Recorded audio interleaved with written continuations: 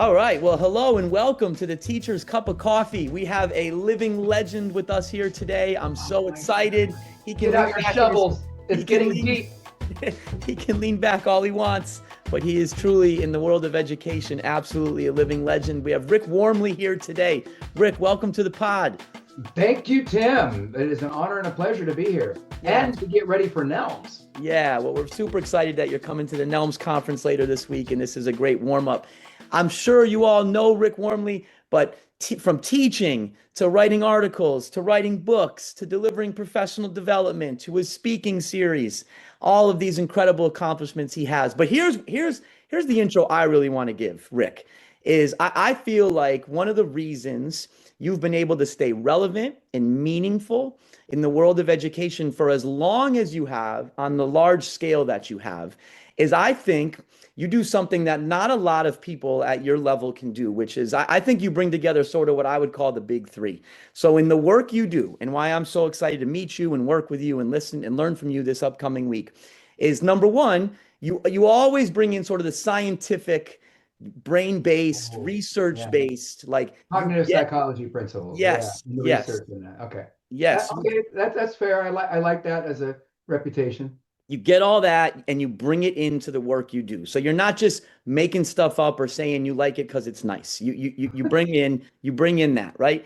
Number two, and this is hard to combine with that first one, is you certainly understand the practical, nitty-gritty Uh, teacher and educator stuff. So a lot of people can do the research side, but then they can't relate to the practical side, and you do that wonderfully. And Thank then you. number three is, and I think this is important, is you bring a positive vibe. I would almost say it just a vibe. You bring a vibe to all of it. Yeah, Oh, yeah, yeah. There's that's very cool. I'll take that. yeah. So I'm honored to meet you. I'm honored to have you here on the pod. And the big three are what really drive me to be inspired by you for as long as I have. So I'm going to start with I went into education. I graduated college in 2000, went into education right away. And so it was 1 year later that you wrote what became like a defining book of middle school, which was Meet Me in the Middle in 2001. And I remember when it came out, I remember people sort of having it at my school. And I especially remember, I'm assuming it was from that book, but I especially remember my guidance counselor, the first counselor I worked very closely with, had a big quote hanging in his office, and he would point to it all the time, which is fair isn't always equal, Oh, yeah. which really drove his work and drove so much of what you've done all along. So, welcome to the pod. And how are you today? I'm great. How are you? I'm really stoked for later this week. And to have a conference with you keynoting and Cornelius Minor, Mhm. I mean, you can't go wrong. Yeah. We will come back transformed. Yeah, well, I'm gonna do my best at a luncheon time, but yeah, I definitely feel like all of us are gonna come back transformed, and we're super excited for the conference. So let me ask you a general question to get started. Just is, what are your thoughts on middle school these days? What are the new challenges? What are the old challenges? What sort of revs you up when it comes to middle school and leading it and teaching within it and connecting within it? What is your thing right now that drives you in terms of middle schools? Well, I'm very clear-minded and aware because I've been working across the whole nation and North America and other places that this year, let alone 25, 24, 23, and all the way back through COVID, that there's a demoralization of the teaching force and people are leaving, not being supported or being accused of being groomers and toxic politics and things. And so that's a real issue is teacher health to some degree. And that is translating to what happens in the classroom with the kids. We also have a whole bunch of kids who really since 2020 and COVID have really struggled with how do I self-regulate? And then the propensity for social media, and I can curate how people see me through my screen better than I can face to face. Mm. So as I travel around, I see an awful lot of Kahoot and Blookit, online review games, and other things. And even the instruction is through screens. And what I'm finding is more and more kids are losing that capacity to manage the prickly dynamic of negotiating, calibrating, navigating with classmates, let alone with adults. So I do see that as a real concern, and I will be talking a little bit about that slightly during the keynote, but more in one of the concurrent sessions, is the disconnect between what we know about how young adolescent minds learn and then the role of generative AI and the use of it or overuse of it and things like that and LLMs. So we can get into that if you like. That is a big issue. The other thing is that so many middle school kids today are dealing in a world that's far more traumatic than 10 years ago. And parents are worried about it, and we're struggling with our own dysfunctions, from time to time. And in middle school, we can trace back the way that you respond to conflict and problems and how you find emotional and intellectual stamina to see your way through something. We can trace that back when you're in your 40s, 50s, and 60s, back to specific experiences between ages 10 and 15. And so this is a really high stakes place where we literally create a very real future by what we do with kids in middle school today. And so we want to give them all the tools to be able to do that in a very constructive manner, and not, I'm entitled to this, so the world owes me this, but I find meaning in contributing to the world and making it a better place. And I find value in empathy. I find value in compassion. I find value in equity and diversity, some of the things that have been slammed recently. And so I think there's a bit of a shift as we look at, here is all this research about how the mind best learns. And it's not a junior version of high school. It is literally a middle school. So if you're a middle school only in name, but you're really just a junior high, you're not being developmentally appropriate, and you can't blame the kids for not being motivated and engaging in the classroom. I get asked all the time, would you come in and give us practical tips on motivating and teaching self-discipline? I do a whole thing on why do middle school kids cheat and plagiarize, and what can we do to minimize that? And it's surprising for a lot of people why they do that. But then as I travel around middle schools, I go, can you tell me something you know about the brain, how kids' brains learn, and how it's reflected or manifested in your instructional design? And they're kind of like, what? Yeah. They have no idea what I'm talking about. Can I get back to you next Friday after I talk to my union rep? Because somehow they feel, defensive about it, and they want to find some support. Unions are all into this. They're good. So they would support you in getting up to speed. But when I say what is truly developmentally appropriate, I tend to get stunned silence, or I don't know. And that's scary. You're flying blind. You're teaching blind to the students you serve. So I'm hoping that teachers find their highest calling, their most meaningfulness, their most resonance with choosing to serve and see the success of their students, but that they see that there's a certain professionalism that's demanded of that, not just walking in and doing, well, I did this in high school, so I'm sure it'll work with middle school. No, it doesn't work like that. Or I did it with fourth graders, so I'm sure I can do it with seventh. No. I'm one of those guys that really believes there should be a separate certification licensure for a middle school teaching, because it is that dramatically different. It sure And is. get more success with that. So those are some of the things I'm thinking about.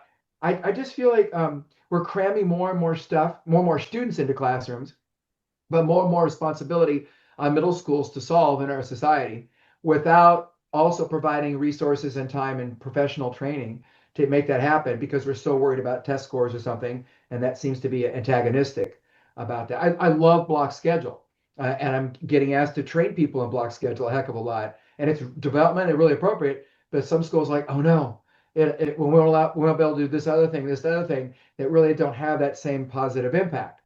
So anyway, I guess I would love people to have courage of conviction, about today's stuff, because we really need people who are really driven, and they find intellectual and professional stamina to see their way through the logistics that initially elude them. And the idea of making this doable in middle schools is huge. I just don't want them to lose their heart. So nationwide, I see a lot of that. Oh, the other big one, absenteeism. It's just off the scale. And one of the things we found recently, well, since 2019, the word that people have been using is tsunami. The number of suicide attempts that show up at ERs for girls has grown by 36%, and by boys for 33%, just in the last 5 or 6 years. And then this idea of anxiety, panic disorder, depression, and then suicide ideation is just exploding in middle school. Just given 2025, the court cases where kids developed inappropriate personal relationships with chatbots and then kill themselves. It's a real issue that people just need to address. So I think that psychology that so many middle school kids, young adolescents have an overdependence and the need for external validation. They post things to social media. They want to get some kind of feedback on that instantly. And if they don't, they enter a depressed state. That's really a tough mental health issue that we have to overtly address, not just say, oh, well. So I hope people would find the conference or any of the books and articles that people bring to that. And Cornelius and you were talking about the idea of getting together to think together and how uplifting that is. I hope they would find it that these people at the conference are not alone, that nationwide it's happening, and that we have very specific tools that can actually respond constructively to those issues. That's a lot of rambling, man, but I thank you love for it. letting me have the soapbox. Yeah, well, that's you touched on a lot of important points there, obviously. So one of them I'll just go to quick is it was really interesting to hear you say like students are like learning through Kahoot and these things because in some respects like they're used to that kind of stuff and I do know that like 20 years ago 25 years ago you walk around a school you're going to see a lot of rows, you're going to see a lot of single seating, and now the schools I'm in you see a lot of group seating, right? But then you see a lot of, it's not like you said, the young adolescent mind, we need to learn together, we're going to learn from each other, we're going to Yeah. construct knowledge. They feel very siloed right now. Yeah, and now it's like we're sitting near each other. We're kind of learning near each other, Yeah, because right. But we're we're in a, still separate. yeah, we're in a group, but the knowledge is not coming from the group. We're all just sort of sitting close as we do our thing. Isn't that And what Dick Elmore or Bob Eaker said, that that's what teachers are? Is that we're actually in our own little silos, and the only thing that binds us together is a common parking lot or yeah, something along those lines, and we're talking about collective efficacy. We want to move toward that, but we really don't. We have our own little siloed area and we just share the parking lot. yeah, And yeah, I, yeah. I don't want that to happen for our middle school kids. No, and the other thing that we find here in the Northeast, I'm finding is a lot of middle schools are being swallowed up and added to the high school, and it's Oh, yeah. budgeting and it's lower amounts of students. And I understand there's reasons for it, but to your point, it sometimes it feels like we're getting further from the middle school model rather than Yeah, better and at it. even K-8 is really exploding nationwide, and Mm. that's fine.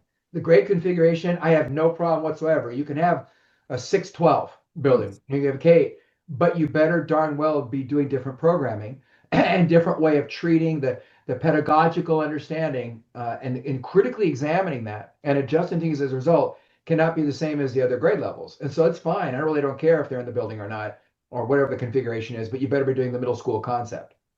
Yeah, and that's what worries us, that we're not, and that we're losing sight. And some of that, in my opinion, comes from as kids have gotten a little further behind, overall behind grade level and the skills, and plus COVID, and then and then also equity. Like we want to make sure kids are being held to high standards and getting high quality instruction and curriculum. But it has pushed us into a world of programs, right? It has pushed us into like, here's my curriculum, I follow it with fidelity, we keep going. Oh my God, that F word. It's the F word for me. Yeah, it's the F I word for me. I know, but I've gotten in trouble in some schools and districts because I tell people, don't you ever tell me Yeah. that my wisdom, my experience, my expertise, my professional know-how isn't a part of the equation. Because why'd you hire me? You didn't hire me to be an automaton. So I used to write pacing guides, not mandates, but pacing guides. Mm, But and I think it's really okay to say I need you to follow this guide or go through the curriculum, but to build in a mechanism where you can deviate from that if you can find a way to improve the learning over that which otherwise could have been achieved because it reflects this reality that couldn't possibly have been imagined by some software developer or a group of experts and teachers in some boardroom or cafeteria lecture roomium yeah. in a school district over the summer, to reflect every reality of every classroom that's there. So, like, I should be allowed to change the book that we all are going to read. I should be allowed to go to page 22 or page 310, depending on what serves the kids. But there's those things are usually written, and a lot of the curriculum can be pretty good, a lot of good supplementary stuff. but I am that one who has the expertise, and I should maintain that professional autonomy to do that. But if you say you must maintain fidelity and just read every day, it's a slap in the face of every single educator with whom you speak. And I will have words with you. Yeah. If No, you're so I'm just right. I'm right there with you. And I think I think that mentality of this with fidelity is all we need, right? I think that yeah, hurts. well, like teacher proofing the curriculum. Like, what? Why Yeah. would you think that? And I think that We actually know hurts. what we're doing. Yeah, seriously, we're professional. Like, and by the way, creativity matters and connection It matters and mindset does. matters. So, yeah, but I do think that mentality has, to your original point, like pulled us even further away from the developmentally appropriate practices of middle school, right? Because now it's like if I do this, I'm doing the right thing, and it's like no, yeah, like this exists and it's going to help you, but like there's this whole other part of the job over here, and I think that's also connected to where you started, which was teacher health, Oh yeah. and just I think it all like is a big cycle that schools can get stuck in. Well, and I think they generalize a lot too, and they stereotype to a large degree. I mean, sometimes it's just categorical classifying all the time. Humans do that. But that you might get stuff that says, and for your English language learner students, here's what you need should do with them. Any student has a learning disability, do this. Like, no, within all those realms, there's heterogeneity and great diversity, and that's a strength, not a threat. But the idea is that, some kids come almost pre-programmed just because of family, well-resourced, whatever, that they know how to play the game of school. But your classrooms are built to teach everyone, not just the easy ones. Yeah. And so I think the true colors of a teacher is what they do with challenging kids and the diverse kids, not what they do with the kids who already understand and can play the game of school. Yeah, I totally agree. And I call those kids the lesson plan kids. So whenever I do a PD or a talk, I say, Yeah. listen, I'm not here to help you with the lesson plan kids. And they say, who are those? I say, they're the ones that you could put your lesson plan on a stool in front of your desk. You could go to sleep under your desk Yeah. and they'd wander up and they'd give it a shot. They'd say, I'm here Yeah. at school. There's something I'm supposed to do. Let me try and figure it out. We're not here for those kids. We're here for the other kids who, as soon as you went to sleep, would do anything except what they were supposed to do, But right? and some people will see that as an encumbrance. I have to endure that. I have to put up with it. Oh no, don't give me any more of those. When it's rich and robust, it's also, there are many, many teachers, perhaps unaware, but sometimes very aware, who impose their narrative on the students and don't find the students' narrative and earned insights legitimate. And so, here's my normal I'm going to put on you, and it should be your normal too, when it's not their normal. And by the way, their normal is valid and is rich, and you should find great effect and weave it into the classroom that they have a seat at learning's table, not it's dismissed and I have to conform this other thing. That's huge because in middle school, what are we doing? We're finding identity. And race and identity is like a huge thing. And yet we've got all these issues with racism and Muslim phobia and LGBTQ phobias and, oh, are you Christian? But you're that kind of Christian, or whatever it might be. A whole wide variety of things. And middle school is that carving place where we kind of figure that out for ourselves. So they need adults who are very welcoming and comfortable, engaging in that deep level, but creating the civil discourse, not the divisiveness that, well, some adults, frankly, don't model very well. Yeah, Or yeah. like I guess they model divisiveness well. They don't model the civil discourse well. Yeah, and it's It's a just concern. it is a lot, right? Like so even as you and I who we're both passionate about this, Yeah. and we're still revved up, like when you're a teacher that's frustrated or not feeling led the right way or feeling bogged down with to-do list responsibilities, so you go into these schools, right? So how do you, I'm sure when you're there and you spend some time, you have a million ideas, right? And then you got to, of course, come down to like the two or three you're gonna like actually try to do with the school. But what do you say to teachers? How do you get with a teacher who's might not be just ready to rock with new stuff or new ideas? Like, what do you say to go from a little bit of frustrated to ready to let's move forward and see what's next? Pecan pie. That's to eat more pie. No, no, no, Okay. Oh, pecan pie. no, no. Or pecan, depending where you are from the country in the country. I, the first thing you have to always do is honor what they bring to the conversation and not be dismissive of that, one adult to another. Mhm. So I really love instructional coaching and collegial coaching, reflective coaching, cognitive coaching as well. There's some really good constructs there. And then we have to talk about, what do we have in common? What do you really believe? Like a lot of my work is in differentiation, equity, grading, and literacy and motivation. Those are kind of the ones that I get invited to talk about a lot. And I said, well, what do you really believe? Like, for example, do you think grades should be accurate? Mhm. Yeah, great, good. Well, let's take a look at grading practices and see if they align with that.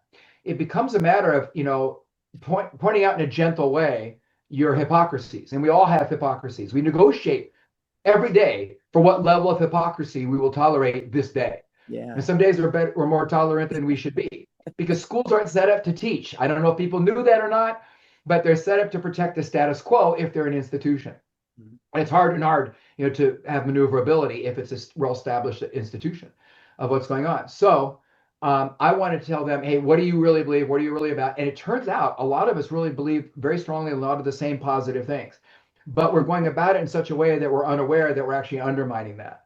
So my goal is to ask the questions to get you to arrive at that discovery yourself rather than me give you a list of really cool ideas. You should be doing this, which makes you defensive, but perhaps even worse, it makes you passive. Like Yeah. you have no autonomy, no efficacy here. So a big part of this is let's look at the possibilities and let's make it doable rather than an overwhelming thing where you have no idea what to do. A big part of that is you're right, exactly right, as you mentioned, teacher health. So emotionally, intellectually, and physically. So what can we do to improve that health? And once we get you improved in a good place, you're you're better able to reach out and extend yourself to others rather than trying to conserve your energy because you're just trying to survive the day and you're not getting energy and excitement and resonance, meaningful connection from what you're doing. It just feels like a slog. Mm. But when you start seeing, you try out a new idea and you start seeing the positive effect on kids, you find energy. I mean, you get excited about your job. I can't believe people pay me to do that. Part is short lived. But anyway, you get very excited and you're willing to return the next day.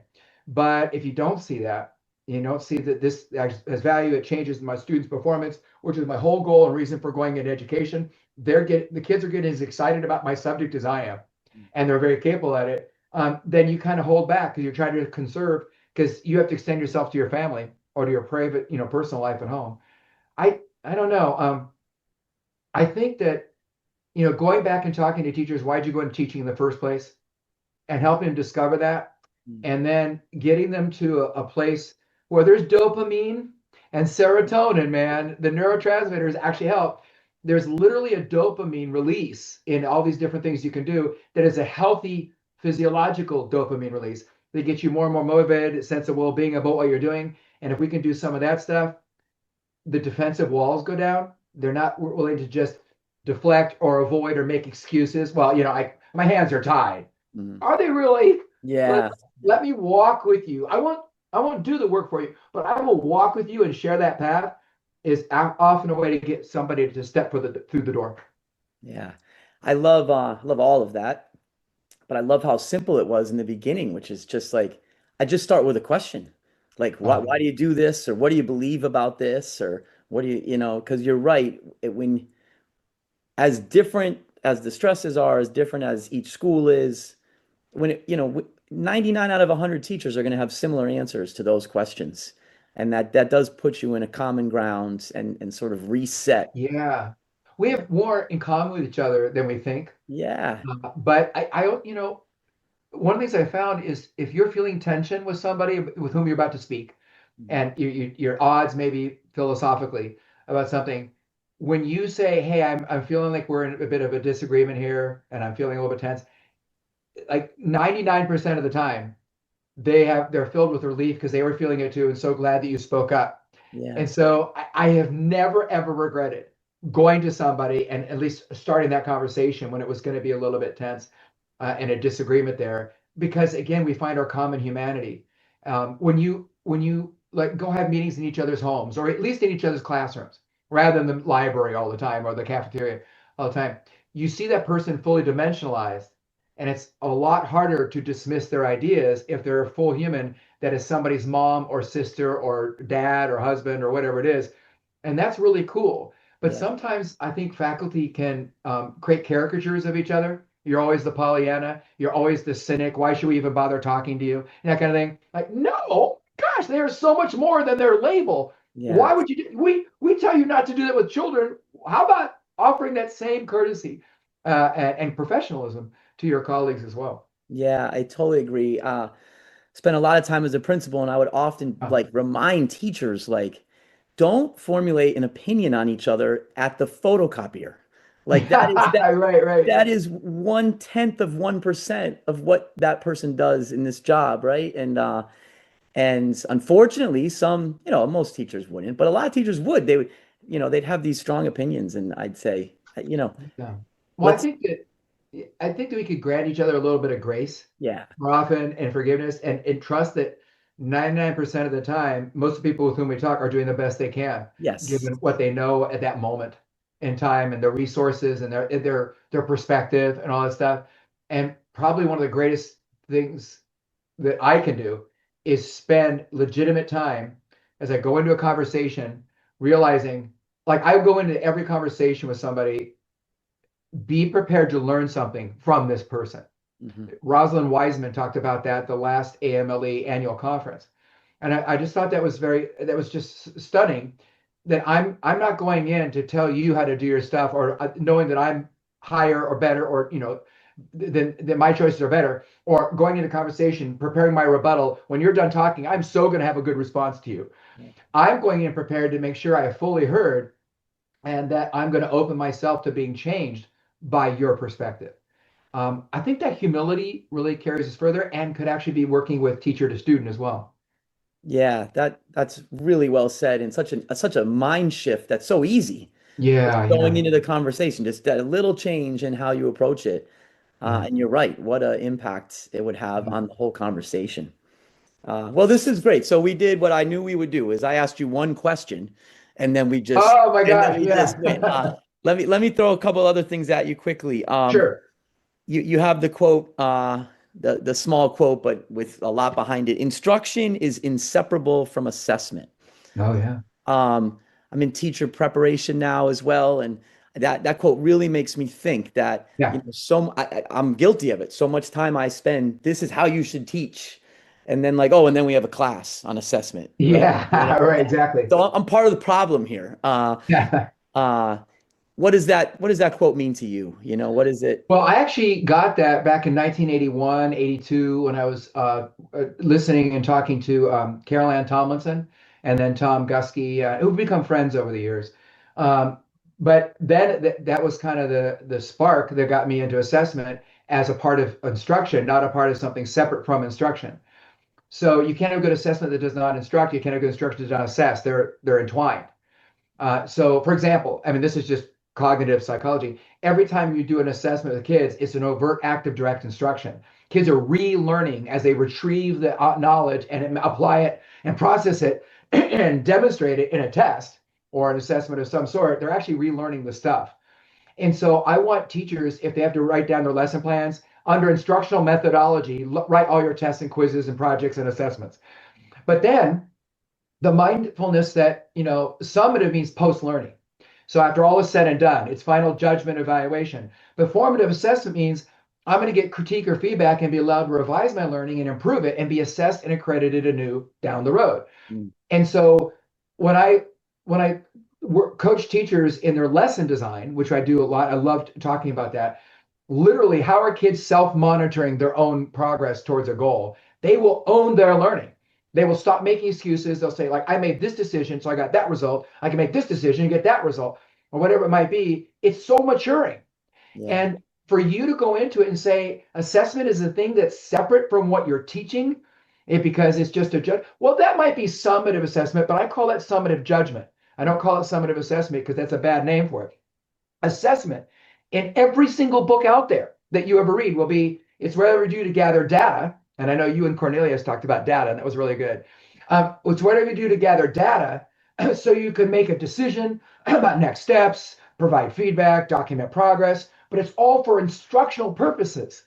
It's not for gotcha. I need to justify my grade tabulation at the top of the page so there are no angry parent phone calls. That's not why we do assessment. It's always to inform what's going on and help the kid self-monitor and own their learning. So it's way more about instruction than it would ever be about absolute pure judgment and measurement to explain, performance across the whole school district. Like, for example, if you ever do rubrics or proficiency scales, they should be written in such a way that the kid can actually use that to monitor their own growth. It's not, oh, here's how I tabulated the grade so that nobody has to complain about the grade. There are a lot of teachers who do a rubric and very fancy one or proficiency scale because they have to justify and explain the grade. No, the primary reason is as a tool for the kid to do the growth. So we just have to be really careful about the image of assessment and see how many ways we can pull it into instructional design rather than just final judgment design. Love it. And I love it's a very small thing, but I've heard you say like a D is just like a weak F or Oh, it's a coward's F. That's actually yeah. from Doug Reeves, right Yeah. there in Massachusetts. He Yeah. told it to me like 37 years ago, and I have never forgotten it. And it's Yeah. moved the needle. Yeah. Because a D is a coward's F. You just Yeah. have enough guts to tell him that he failed, but you didn't have enough guts to tell him that he failed, is Yeah. the original quote. And so many schools, middle schools, high schools, doesn't matter, have just simply had 4, 3, 2, not yet. Yeah. A, B, C, F, or 0. There's just no need to have degrees of aptitude. Yeah. Failure, you're a gigantor failure. You don't need to discern that. You're going to have the exact same response. Investigate, take corrective action with that child. There's a lot to talk. We could unpack more if we had. Yeah, you're just there's so much you've also been I like one more thing I really respect is you really seem you really seem driven.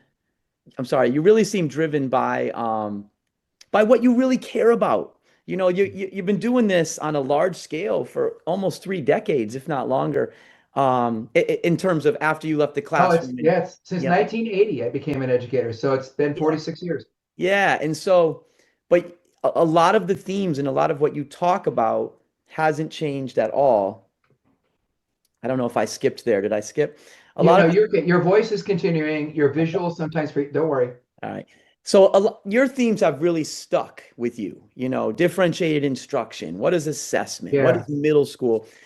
And it makes people like me want to listen because you're not adapting to the newest trend. You're certainly taking in new information and yeah, always changing, but like your passion for, the redos and retakes, I mean, that impacted me 15 years ago. I mean, I spent over a decade as a principal saying like, just let them, just why not try it again? And when you would show the like kid gets a 60, an 80, 100, 100, 100, yeah. like why are we giving them the out, like it's just so simple but so consistent and so meaningful. So Well, isn't it cool that you begin to have a nugget of an idea earlier in your career, and the research comes back and just proves it over and over again, and yeah, then other people get lit on fire with that, and they carry that flame forward, and they put their own style, their own perspective on it, and then you can weave that into your narrative as well. And collectively, we are better than just the one of us, yeah, but we are fully dimensionalized, and you just see it vetted and validated over and over again. It's hard to deny that, but then you get excited because the kids are actually changed for the positive when you do it, and they go on to become mature, wonderful, contributing professionals in the field. You go, there's something to that. So I think it's very cool to have courage of conviction, be open to changing it in light of new perspective because you don't want to be, rigid in that, but to find the new tools, as you say, and the new ways to kind of make it your own. I tell people all the time, please take my handouts, improve upon the ideas, but could you share with me so I can pass them along or I can use them in my own teaching? Because together we can do this thing. I mean, as Cornelia says, we got this. yes, that's right, that's right. Okay, quick lightning round. Okay. All right, I'll keep it fairly. So you're from the Virginia DC area, is that where you're? Yeah.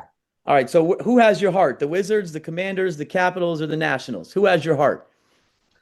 Well, my wife's whole family, my kids, we're Baltimore fans. Wow. So I'm kind of indifferent to the All DC right. teams.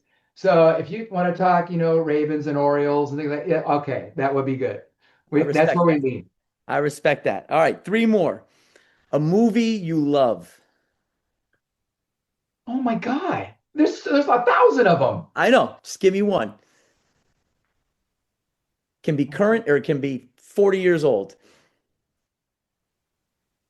Oh my God. I'm blanking because there's that one, but that's kind of silly. There's that one that's kind of silly. Um, or that one that's really intense. I I loved Aliens when it came out. Uh, I liked MASH, the movie MASH, but before it came out for the TV show. That really moved me. Um, Brian's song, man, I love that when it came out. That was so sad. But I want to do The Sting. I'm doing old movies right now, but currently I haven't seen any of the Oscar movies. Yeah, and Um, it doesn't need to be current. You answered it. You gave four movies. That's what I was only asking for one. That's good. okay, Yeah. I'll stick with that. Now, as soon as we hang up from each other, I'm Yeah. totally Oh, going to yeah. talk about my favorites. Yeah. Please find me at the conference, and I'll tell you something Yeah. better. Yeah. And last one, a book, non-educational, that you've loved at some point in your life. Holy moly, that I've loved at some point. Oh, well, there's one that I just read recently that I really liked a lot. It's by a comedian who's also a very thoughtful theologian. I'm um, I'm working. I don't know what your political beliefs are, anybody else's, but I'm a big proponent of separation of church and state. And there's a new one with a red cover just came out this year, I think. It's called Separation of Church and Hate, Mm. and it's by oh, here it is, by John Fuselier, right there. Yeah, very Separation of cool. Church and Hate, and it's just about a sane person's guide to talking to people who tend to be a bit more extremist. Mhm. I like books like that help walk you through and what you might say, but I do think that there's a real issue with kind of a very militant version of different faiths, Mm. corrupting the original faith of what it was. So I like doing that, and that's just one of many books that I'm excited about. I'm trying to see if there's another one that's lighting me up. I think this one is really good. I'm in the middle. I read this a while ago. Fearless Speech. Wow. So, breaking free from the First Amendment. First Amendment rights and things like that really light me up, and I get it. I'm a member of different communities and online forums, and then local here in the DC area, we talk about these things a lot because I really do think it affects your daily living, and how you respond to these things. So So you there you really go. do so Rick, you really do some light reading in your free time. Yeah. Yes. Yeah. I Yeah. mean, I do. I love archaeological and marine science, so underwater thrillers. If Cool. you got something like archaeological or marine science, underwater thrillers, I'm all over it. Like every submarine book in the world, I've probably read. That was an adventure. Anyway, that's all. Awesome. Well, that's great. Well, listen, we are really excited to see you at the NELMS conference, learn about how we can disturb the universe. I'm thrilled. Yeah. I am thrilled to have met and interviewed one of my educational heroes who's been guiding us for many a decade. And like I keep saying, like you've been doing it for so long, but you've never wavered in how inspirational or meaningful your work is. So, on behalf of a lot of people, we really appreciate all that you do. We need people like you, sort of keeping that light out there for us, so we all keep improving. Isn't isn't that isn't that cool to be authentic to your own beliefs rather than having to subordinate, like your actions don't match your beliefs? No, I absolutely. like that integrity. So thank you for noticing that. That means a lot. Yeah, no. Well, thank you. And thanks for joining me here on my little teacher's cup of coffee. We will see you at the NELMS conference, and we're all looking forward to it. Thanks.